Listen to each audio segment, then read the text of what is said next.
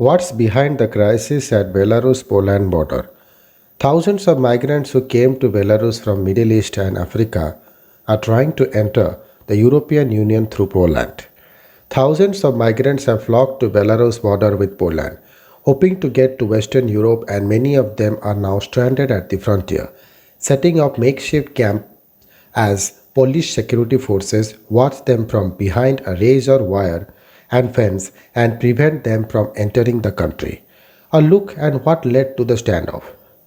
What is behind the crisis? Belarus was rocked by months of massive protest following the August 2020 election that gave authoritarian President Alexander Lukashenko a sixth term in office.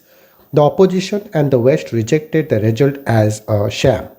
Belarus authorities responded to the demonstrations with a fierce crackdown that saw more than 35,000 people arrested and thousands beaten by police. The European Union and the US reacted by imposing sanctions on Lukashenko's government.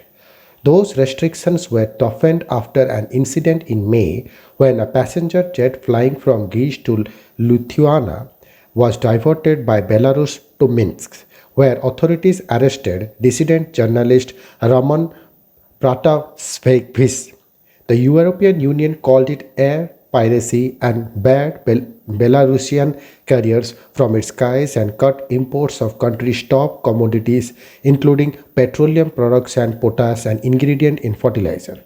A furious Lukashenko shot back by saying he would no longer abide by an agreement to stem illegal migration, arguing that the European sanction deprived his government of funds needed to contain flow of migrants. Planes carrying migrants from Iraq, Syria, and other countries began arriving in Belarus, and they soon headed for the borders with Poland, Lithuania, and Latvia. Pavel Latsuka, a member of Belarusian opposition, charged that state-controlled tourist agencies were involved in offering visa support to migrants and helping them drive to the border. The European Union accused Lukashenko of using the migrants as pawns in a hybrid attack against the 27-nation bloc in retaliations for the sanctions. Lukashenko denies encouraging the flow of migrants and said the European Union is violating migrants' rights by denying them safe passage. What has been the response by European countries?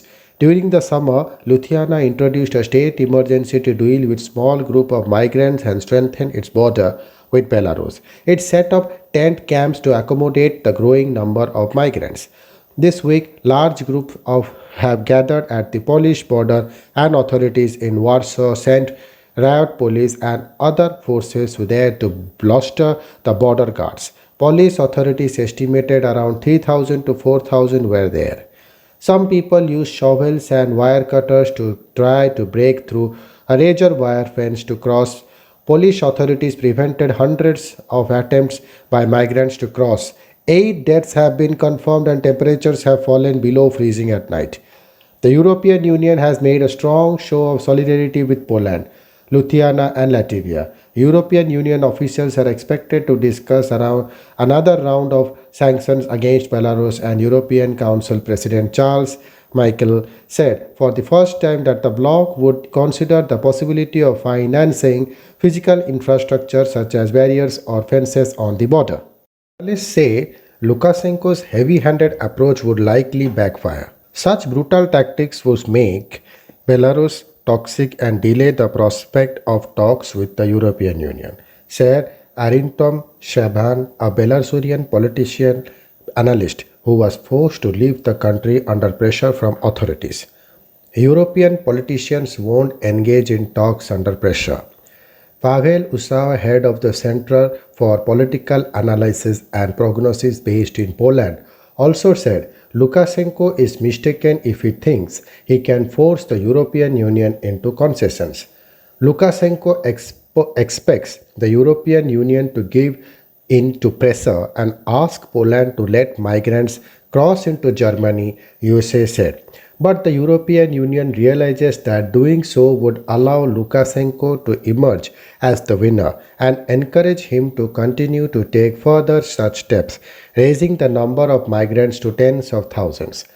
The Belarusian opposition has urged the European Union to take even tougher measures, including a trade embargo and a ban on transit of cargo via Belarus. What is Russia's role? Belarus has received strong support from its main ally, Russia, which has helped buttress Lukashenko's government with loans and political support. Russian Foreign Minister Sergei Lavrov said the migrant flows resulted from the US led wars in Iraq and Afghanistan and Western backed Arab Spring uprising in the Middle East and North Africa. He challenged the European Union to offer financial assistance to Belarus to deal with the influx. At the same time, the Kremlin angrily rejected Poland's claim that Russia bears responsibility for the crisis. USA said Russia could step in as a mediator in the hope of improving ties with Germany and other European nations. What comes next? Belarus is estimated to host between 5,000 and 20,000 migrants from the Middle East and Africa. Many have run out of money and grown increasingly desperate as the winter approaches. Belarusian residents are uneasy about their presence, raising pressure on the authorities to act.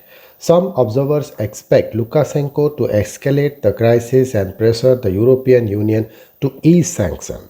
As a minimum, Lukashenko wants to take revenge against the European Union, and as a maximum, he aims to soften the European sanctions that have dealt a painful blow to key Belarusian industries, said independent analyst Valera Carvalho.